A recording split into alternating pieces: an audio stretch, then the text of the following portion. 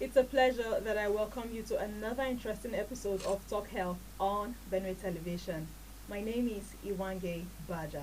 Like other days, today we'll take a look at something very significant. It is zoonosis and the One Health approach.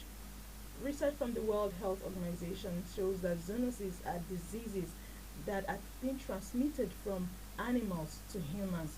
They actually pose significant health risk to health and humans.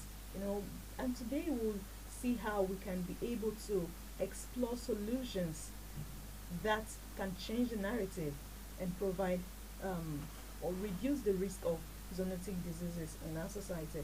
I won't be doing the show alone. I have two very important people here in the studios of Benin Television. I have the chairperson, Nigerian Veterinary Medical Association, Benue State chapter, together with the vice chairperson. We'll meet them after this time out. Don't go anywhere.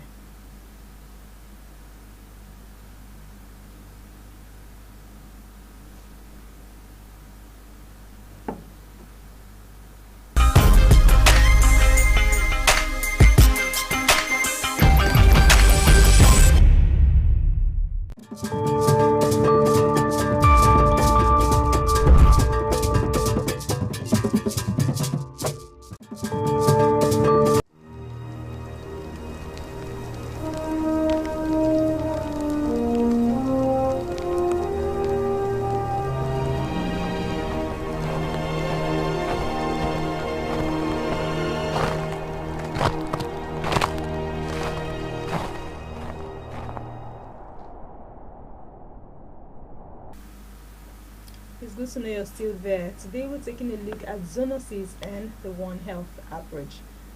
Before we went to that break, I introduced two very important personalities in the studios of Benue Television. To my immediate left is Dr. Andrew Amini. He is the chairperson, Nigerian Veterinary Medical Association, Benue State chapter. Dr. Andrew, you're welcome to Talk Health. Thank you very much, Iwangi. And Dr. Brenda Okey to my right. She is the vice chairman of the same association, that is the Nigerian Veterinary Medical Association, Benin State chapter. Welcome to Top Health. Thank you very much, ma'am. My pleasure. Yeah, I feel excited because it already, the gender sensitivity and the gender equality of the Veterinary Association. Having a male as the chair and a female as the vice. Yeah, I believe you guys will bring succor to the menace of zoonotic diseases in the state and Nigeria at large. So, Dr. Amini, we already took a look at what zoonotic diseases are, but let us know in clear terms, yes, coming from the doctor's mouth, coming from the veterinarian's mouth. We can see you here live in body and spirit and soul. Let's know what zoonotic diseases are and what has been the impact of zoonotic diseases in Benue State. Thank you very much, Iwangi, for that question. Zoonotic diseases, as you earlier said, they are diseases that are transmissible from animals to man naturally in the environment. And these diseases come as a result of contact with either the animal or their products. And so we, as a profession, we have always looked out for an opportunity to tell the public about it so that people get to know more. So it has a lot of impact on the society. The people have lost lives as a result of these diseases. People have lost their potentials in terms of births, in terms of other conditions. And the environment is also being affected. And that's why we're talking about it as One Health. So those diseases that you get through contact with animals are called zoonotic diseases. And the animal itself may not come down with the disease, but the human being may. And so there are so many of them, and they're already impacting on the community. Now, when we come in contact with the animals, do you mean we just touching the animals or touching their dungs or feces or waste products? Yeah, different diseases have different ways of transmission. Some of the diseases like rabies come as a result of bites of the dog. some of the diseases like brucellosis, you come across it as a result of contact with fluids, with the blood or products that are related, or through consumption of this animal, like Lassa fever. You have to consume or get in touch with the urine or the feces of the animal. So there are different ways through which this disease can be transmissible to man. So that's why we also talk about the environment. You have to keep your environment clean and try to screen these animals from getting in contact. Or sometimes they get in touch with the food that we eat and they defecate, they urinate on it, and when you consume, you could get this disease. Thank you so much. Now, Dr. Brenda, let's take a look at the One Health approach. Yes, a lot of people are not aware of what that is, and we bringing it here, talking about animals, diseases from animals, and talking about One Health. He's talking about, made mention of environment. Can you say in clear terms what exactly the One Health approach is? Thank you very much. The One Health approach is just a collaborative effort between the medics, that's the humans, the animal health practitioners, then the environmentalists. Why are we talking about a collaborative effort between them? It's because for us to holistically tackle zoonosis, we need to look at the agent responsible for this zoonosis. And like we said, like my chairman has already said, there are diseases transmittable from animals to humans and vice versa. So animal is there, humans are there, and what inhabits them? They stay in an environment. So you need an environmental specialist, the human medics, and the vet doctors, the veterinarians. So it's their efforts that now will be a driving force. Need to put in an end or reduce it to a minimal level. Okay. Now let's look at one uniting force between the animals, the humans, and the environment in terms of medicines. What exactly can you say these people have in common that we can try to show or find proper solution to? The environment is the common ground for the human and the animals. Is that not so? And plants, they are where the medicine also come from. So when you integrate humans and animals, the environment is the common ground for the both of them. Okay. Yes. Doctor, let's look at the medicines now. Yes. Delving a bit into antimicrobials, because we are looking at this thing is being transmitted from, that is transmission now. You said there are many ways by which the disease can be transmitted from animals to humans. Yes. Yes. So I want you to tell us a bit about medicines. How does that come to play? Okay, before I delve into medicine and medication, the Vice Chair did mention the common ground. You talked about One Health. So you see, if the veterinarians are trained to treat animals, to diagnose diseases in animals, and it's because of this training that we have got to know that some of these diseases do not end in animals. The human medics are trained to treat humans, diagnose diseases in humans, and then cure them. Because the people who manage the environment are trained to tell us that our environment is being degraded, there's climate change, these animals are changing forms, and all of that. So if you want to tackle a disease that moves from animals to man, you need to understand the process and how it works in the environment, but you're not trained how the environment works. And when it gets to humans, you're not trained how the disease progresses in humans. So if you want to get this out of the way, you need a veterinarian to tell you that yes, this disease is transmitted when the dog bites human being and deposits its saliva, and it travels through the nerve to the brain and the person calms down. So you also tell the doctor that, look, if this happens, it's going to take a little time before the signs start showing. So start treating early. So if we do that, now it's going to help. And when you talk about medicine and antimicrobials, you know, recently we've been having issues with resistance. And this is because when you treat an animal, maybe somebody brought his cattle to the veterinary teaching hospital, sometimes a goat or sheep, and you start administering medication. You advise them, maybe you're treating for PPR and you need to give this medication for 3 to 5 days. And the man says somewhere on the second or third day that he can no longer afford. Or maybe he just simply disappears and you don't know what happens. The next thing, maybe he has gone to slaughter the animal and then send it to the market and people eat. And then when they come down, maybe you are treating with oxytetracycline or some other antibiotics, part of the residues will still be there because there's a withdrawal period that you're supposed not to consume the meat that the animal that you're treating. So when it gets over, the human medic doesn't know what this person has consumed before. And then he's supposed to maybe treat him with that same tetracycline.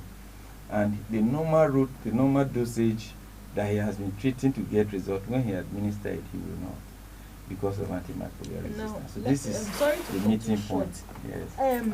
These antibiotics we are talking about, are they same antibiotics the veterinarians use that the human medics use?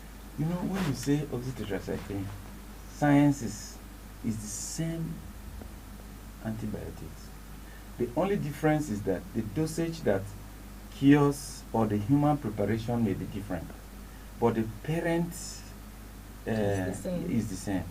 So over time, there will be that resistance. And at times, if I want to treat a case, if I live here and there's an emergency, and I can't access my own pharmacy, I could just simply go to human pharmacy and get a drug and look at the dosage that is supposed to go for this animal and administer. So it's the same, basically. Now, we are looking at treatment. Yes. A lot of people do not even know that they are supposed to treat their animals. They just leave them. Once they get their pets, they just have those pets. The pets grow and they age. Sometimes they die. Sometimes they just have them like that. Do you think these people are at risk? Very much. They are at high risk. And I tell you, many people do not believe that animals are supposed to be treated. And many of these people are even people we hold in high esteem in society. And I have had personal experiences where I tell people, you need to do this, you need to do that, and the responses are a little bit funny.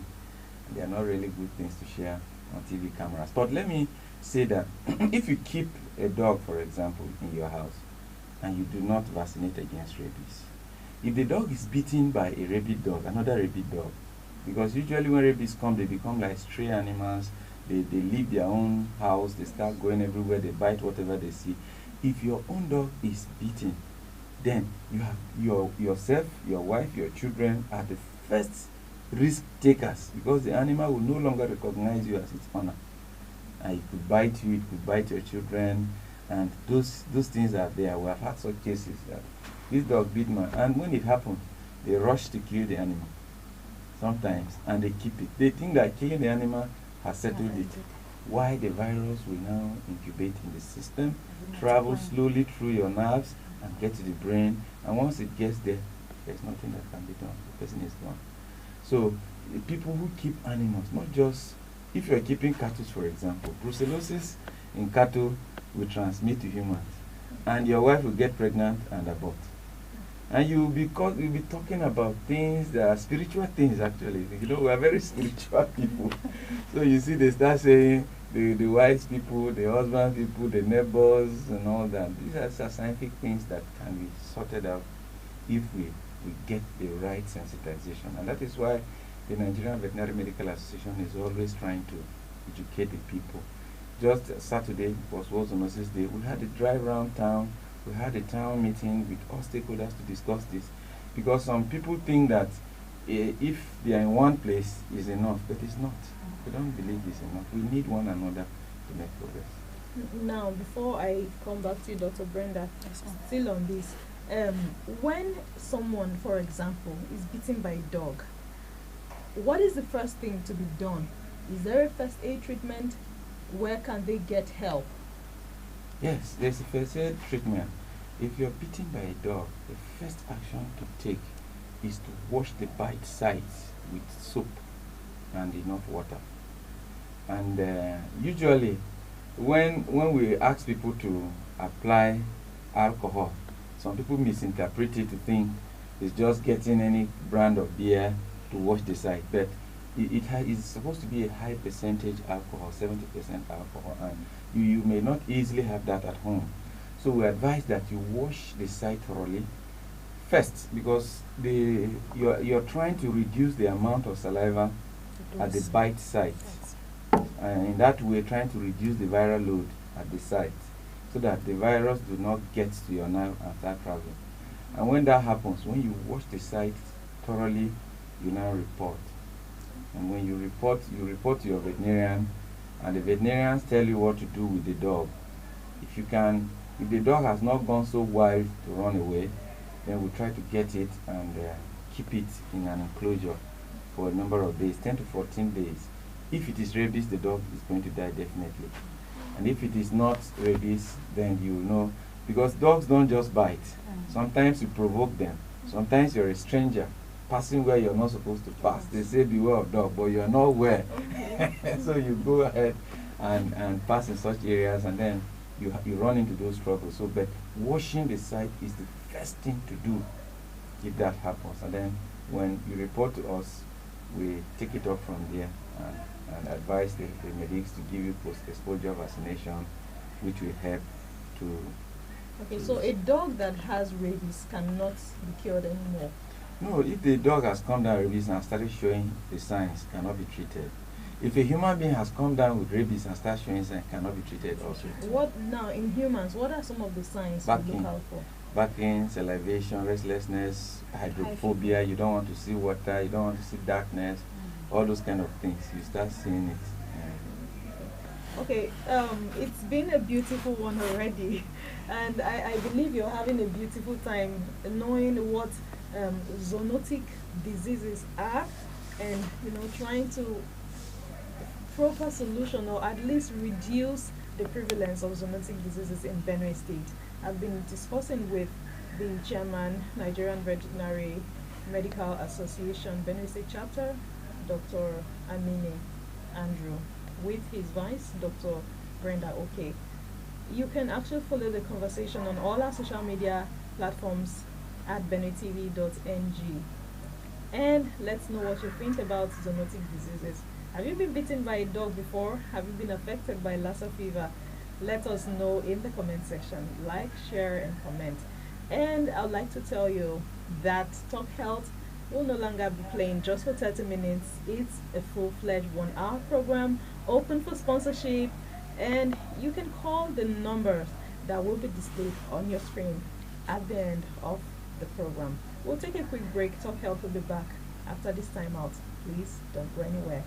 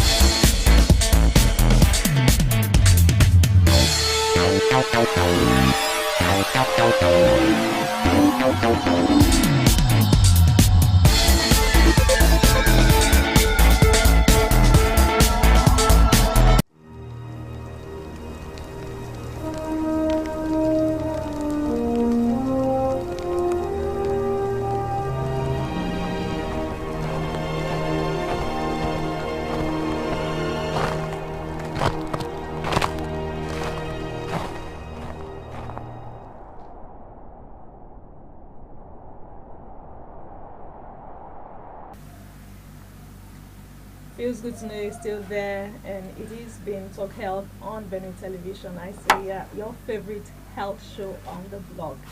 And we've been taking a look at zoonotic diseases and the One Health approach. Do you know what zoonotic diseases are? I bet now you know. And what is the One Health approach? How can animals, environment, and human health, how can they be collaborated in one to ensure, total hygiene process and shove away zoonotic diseases in the society? We'll continue with Dr. Brenda. Please let us know what some of the zoonotic diseases affecting humans and animals in Benue State are and how they can be controlled. All right, thank you very much. Some of the zoonotic diseases that are Prevalent, yeah. prevalent in Benue State, we have, like my chairman has extensively spoke about the rabies. We have Lassa fever. Then we also have leptospirosis, brucellosis. We have anthrax. Then their transmission is basically, for the rabies, we have bites from an infected dog. Then for Lassa fever, we know the urine, the feces of multimammate rats. They can be transmitted from the rats to the humans, or even consumption of the rats, infected rats. Then for the brucellosis, the consumption of unpasteurized milk, even their feces and the urine. Then, contact with fluid of this animal, the infected animals. We have, like those in the abattoirs, they are the first contact persons with these animals and slaughter slabs. Then for leptospirosis is also urine of these our rodents. Benue State is an agrarian state. Yes. And so we have a lot of rats around, the bushes around, the farmlands. They are also they are major contacts for breeding of these our rodents. And Benue man and rat eating. So it's common to have them, to be in contact with them. So when you see a rat in your house, you should know that the first thing that should come to your mind is they are going to poo in the house, and they are not just pooing anyhow. They are also pooing in your food or plates that are not properly washed. And we go pick the plate, put our food, and we consume. We are at risk. Then we also have how it can be prevented or controlled. Yes. How can it be prevented? Make sure you keep rats out of your house to much of an extent. Try to reduce the infiltration of rats in your house. Then cover your food. Then make sure you properly wash your utensils, your kitchen utensils. Then for dogs, let your dog be vaccinated. Get your dog vaccinated. Anti-rabies is once in a year. It's an annual. There's a World Rabies Day where we even do free rabies vaccination. You go to any veterinary clinic or teaching hospital, they will be vaccinated free of charge. Take charge of your home. Take charge of your pets. That is number one way to control these zoonotic diseases. Then, once you are bitten by a dog, don't say it's the enemies. Just have to get to the veterinarian. Then they'll give you a referral to go to the human medics for post-exposure prophylaxis.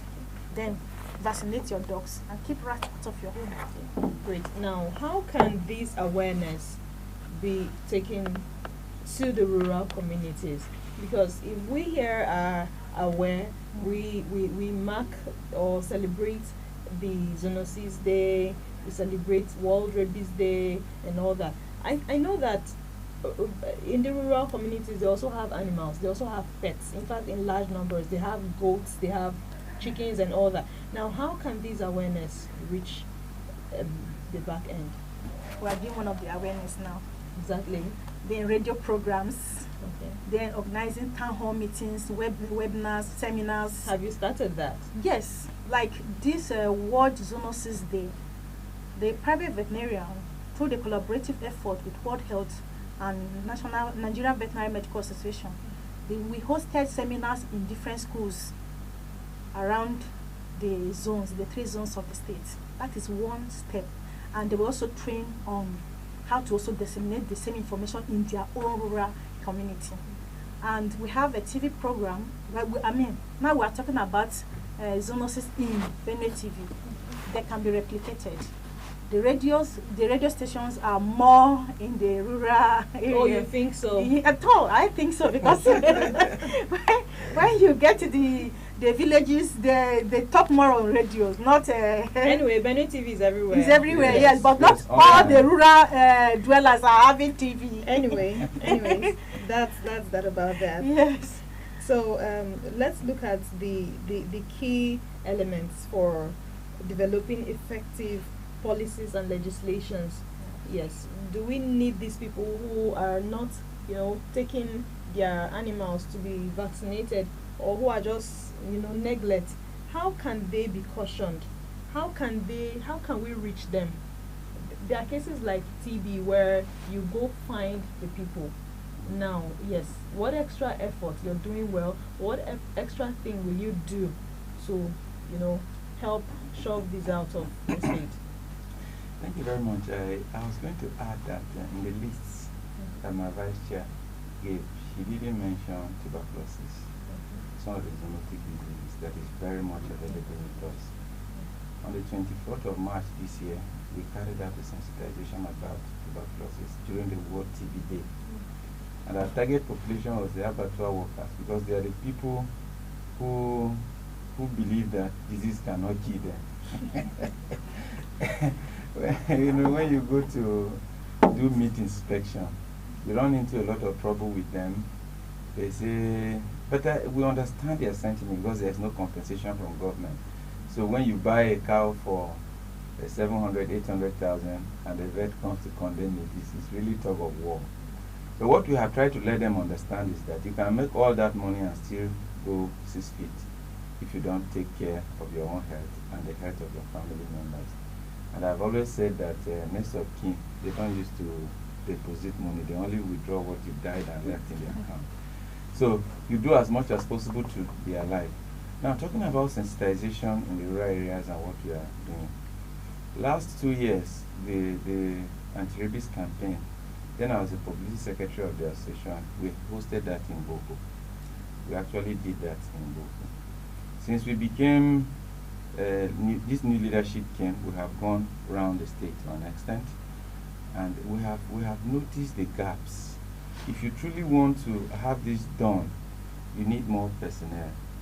As we speak, Benue State government has on its employ 9 veterinarians who are expected to cover 23 local governments of Benue State with veterinary studies. It's not just sensitization, and I know that when I graduated, that's a lot of work. It's a lot of work to be done. When I first left vet school and became a doctor, a new doctor, what I was doing was basically vaccination in the rural areas, treating the animals, until this insecurity became what it is.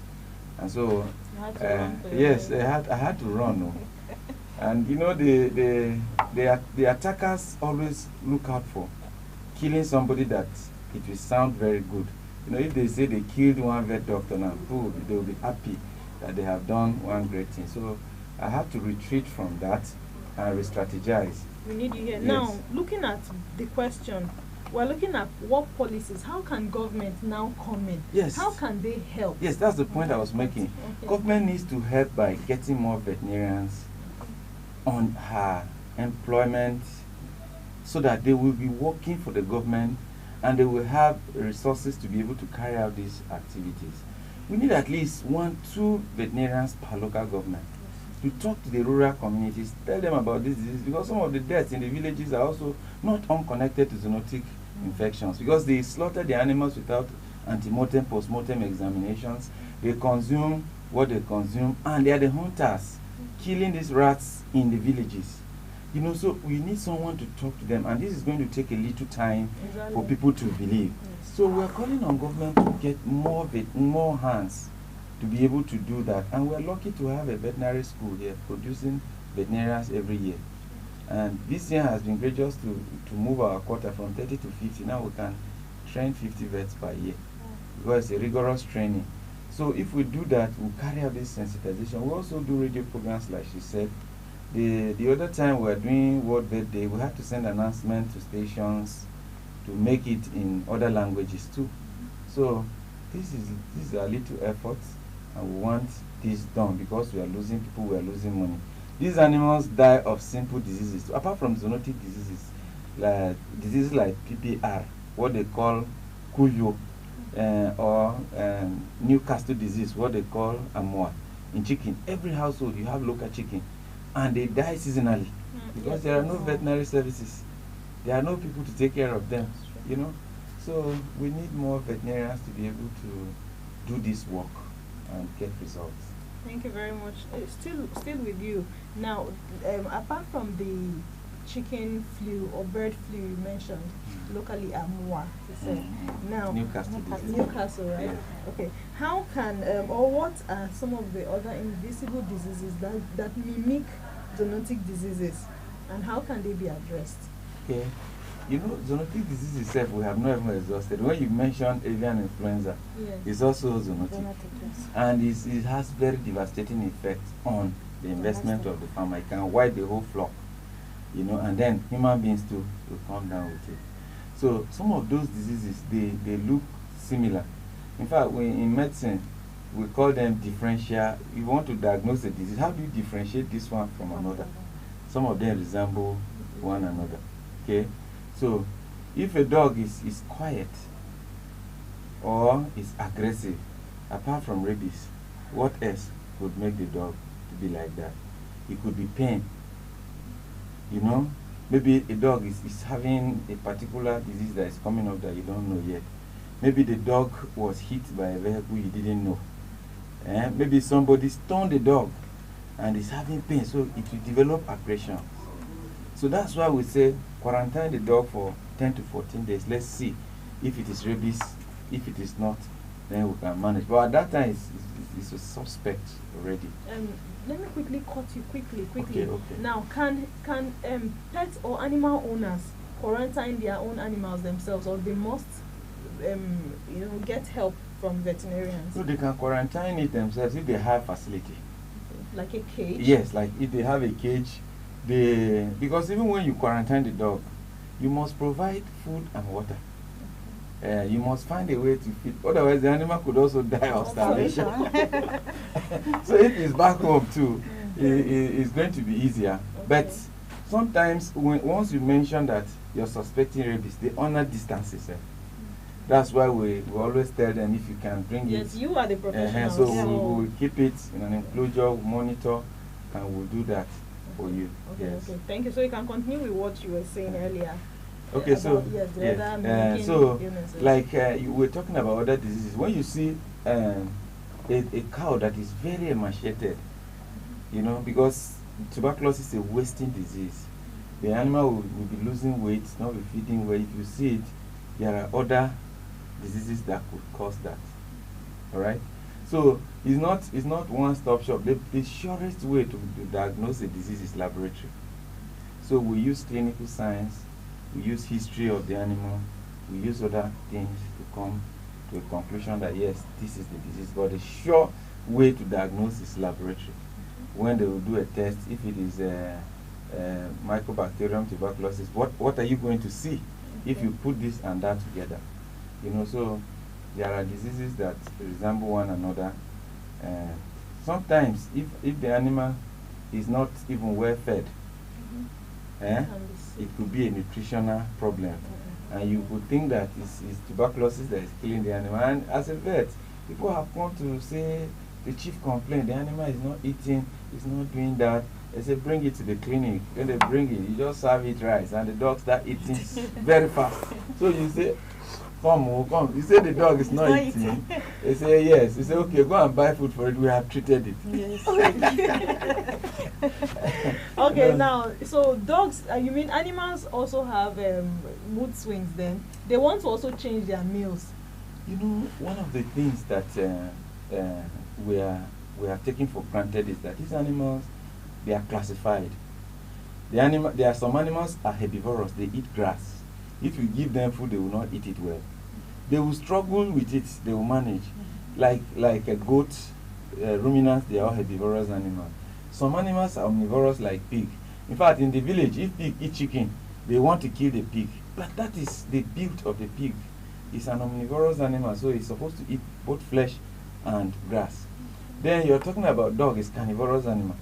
So some dog may manage to eat all when we ask them, people will tell us that the dog eats what you eat. The dog is not supposed to eat what you eat. It's supposed to be eat meat. So if you give dog, it's just like lion. If you give lion goat, it will eat and find somewhere and rest. But if you give it fufu, it may not eat. So people keep animals without knowing about them. So we have a lot of complaints. That's why we keep doing sensitization. One of the drive of our administration is to ensure that we enlighten the public as much as possible. Okay. One more thing, not just one, but we'll go back to that's antibiotics. Now, how do antibiotics actually end up in the environment? Because we're in the long run, we're looking at the One Health approach. Yeah. Yes. How do antibiotics? You said they are the same medicines that are given to animals. They are the same medicines that are given to humans. Now, how do they end up in the environment? Do environments actually, are they sick? Do they get treated? Okay, you know, it's a very technical question actually, because people would wonder if the environment is not involved in you don't administer drugs to the environment. Exactly. Yes. So how does it get to the environment? But we dispose drugs, we dispose carcasses, and sometimes when, like I said earlier, some people, when you're treating the animal, they will not come. If you say be bringing the animal to the veterinary teaching hospital for 5 days, they come 2-3 days. Sometimes they lose the animal in the process. How it is being disposed, you don't know. They could dump the animal in the environment, another animal go and eat it, or they will outrightly consume it, and they keep saying that Disease is not a killer. yeah, no, they kill Africa. One man said that hygiene can church. You know, those kind of things. So when this animal, and even the drugs that are being produced, we have pharmacies everywhere. There are standard operating procedures, but sometimes people cut corners. If you go to a refuse dump, you'll be surprised to see a heap of hospital waste. Some of these contain antibiotics that are expired. Sometimes animals go there to eat them, because many of in the cities, if you go around town, you see that people are practicing semi-intensive system. They lock the animals in the daytime, they open them in the night. While you are asleep, they go everywhere and they consume these things. You know, so that's how the environment is. So the environmentalists are expected to be cleaning frequently and also monitoring that they ensure you don't just dispose carcasses of animals. You don't just throw away drugs. Even in the home, some people, when they take medication, some people they don't take drugs. They go to the hospital, they give them medicine, they take 1, 2. Once they get a little better, that's the end. They will just leave the rest. One day they will just put it in their waste bin. That's how they dispose it, and that's how the environment A lot of us are guilty of Yes, that. yes. And So that's those are actually the one of the issues, things that yes. builds this resistance we're talking Yes, about. yes. Even when you don't take complete dosage, you're building resistance. If you're Yes. supposed to take 2-3 days, you take 1.5 day. Next time, if you come down, they're going to treat you with that particular drug. You need it for 5 days. Otherwise, you won't get cured. Okay, now let's quickly look at the synergy. How can Dr. Brenda, how can the medics, how can we strengthen the synergy between the veterinarians, the medics, and the other health practitioners to combat zoonotic diseases? Thank you very much. They are the key role players in combating these zoonotic diseases. We need to let go of I can do it on my own and buy the idea of let's come together and make it better. Like we said, in the case of dog bites, when an owner is bitten by the dog, you don't just rush to the hospital. Your first contact is the veterinarian. And like my chairman already said, the first aid for it is wash the site of the bite with detergent, with soap and water. What are you trying to do? You're trying to reduce the viral load at the site of bite. Then you refer to the human medics. Then back to the dog. The dog is incubated for 10 to 14 days. Why are we quarantining the animal for that? Because of the incubation period of the virus. If the animal die in the seclusion, we know that it's a rabid dog. So it's not all bites that is rabid bites. So you need to get the history from the veterinarian. Some are provoked, some are unprovoked. Yes, and rabies come in two ways. There's the classical rabies that is obvious. You will see it running mad. Then there's this silent one. They bite and retract back to their enclosure. That is it. But you also need the vet to ascertain that. Then some, they will give you their rabies card that they have done anti-rabies. Is it true? That's another question. You really need to, because there are a lot of shady practices around. Some people, because your dog bites your neighbor, you quickly go and pick the rabies card, an old card, and say, "Kai, my dog is vaccinated." Some of them will even come for vaccination after the dog has already beaten. Yes. That's why you need history. Yeah. And some So of those, you see, so that synergy is very important to rule out every loopholes that will obstruct the diagnosis. Yes. Thank you. Let me just quickly add to what she has said. Please do. You know, the synergy has to do with coming together. Yes. Like I said, the stakeholder meeting that we had, I had in attendance the representative of WHO in Benue State, the one head coordinator, the director of environment. We have to agree that, look, this thing is there, and this is the extent to which you can do, and give way for another person to assist. Yes. And if you do it halfway, you won't get results. A medical doctor Yeah. cannot treat an animal. Uh-huh. And vice You know, versa. I was telling you know, the Lassa fever. The doctor may know if you go to the hospital in 2 to 5 minutes, they would have taken your blood sample, urine sample, and everything. But give that medical doctor that small albino rat to take blood sample, they cannot. Why the veterinarian can do that perfectly? So if you want to end Lassa fever, for example, we need to come together. In fact, when we went to the epidemiology unit to engage with the state epi, who was not there but his deputy we met with, we had a good and robust conversation, including even making findings together. We can go on a project together and say, this is how this disease progressed from this animal to human, and this is how it And ends. find a solution. Yes, so we find. So we're going to, and the conversation has started here in Benue State, Great. and I'm sure even our appearance here is not unconnected to One Health. Exactly. Yes, it's because not- that was the yes. link. So we're happy that we have started, and good thing is that we're all younger people, and the energy is there, and we're going to drive it at God's pace. Great. So before we call it a wrap, we'll take another quick break. When we return, we'll bring you some basic tips on how to avoid being bitten by a dog. Don't go anywhere.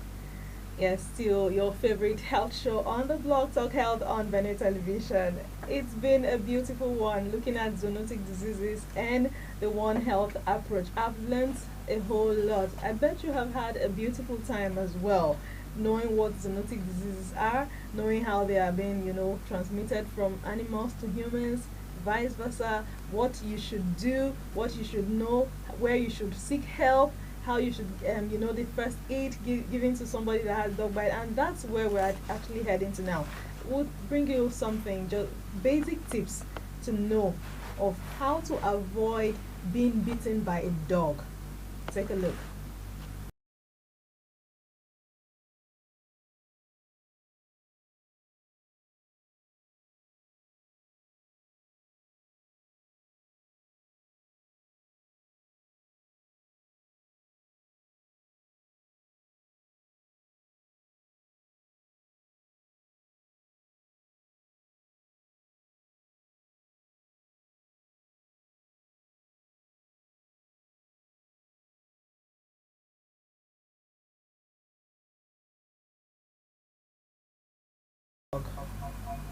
The fourth one says do not stare directly at a dog. It might be scared, it might think, of something else. You're not in their mind and it might just give you a bite.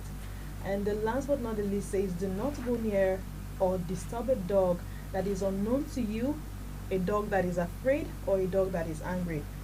By looking at it, because we are humans, we have more, intellectual capacity than they have, their animals. But by looking at a dog who is afraid, you will know. Looking at a dog which is unknown to you, you will know. Looking at the dog that is angry, you will know. The face shows it. Animals smile also. Okay, thank you. That's that about that. Now, before we call it a wrap on the show, Dr. Andrew Amini, Yeah. please let us know, let my viewer know the most important thing you have in mind about zoonosis and the One Health approach. Thank you very much. I want the public to know that zoonotic diseases are very much are living with us here in Benue State, and some of them, tuberculosis, rabies, Lassa fever, anthrax, and all that. And as the public should know that these diseases come from animals to human, and the health of the animal is very important. So those ones that require vaccination, make sure you vaccinate. And when you have any concern, report the case to your veterinarian. Let them treat it. We are open and we want to tell the public that we're ready and we're partnering with other stakeholders to ensure that we drive a One Health approach to minimize the disease in our state. Thank you very much. It's a pleasure, Dr. Brenda. In addition to what he has said, never eat dead animals. Don't just go and see dead animal on the street and you think it's meat Cheap for your meat. pot. Yes. And try by all means to keep rats away from your house. I will not tell a Benue man not to eat bushmeat. That one is for another day. But try to protect yourself. Avoid unpasteurized milk.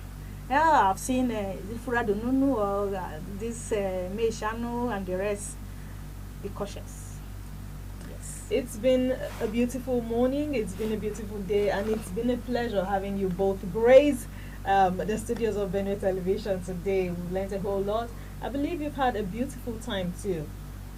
Let's keep or kick zoonotic diseases out of Benue State and out of Nigeria as a whole. That is how we call it a wrap on the show today. I remain your anchor Iwange Baja, and just a quick reminder that from my next episode we're going to turn the phone lines open and you can call in live and interact with the doctors.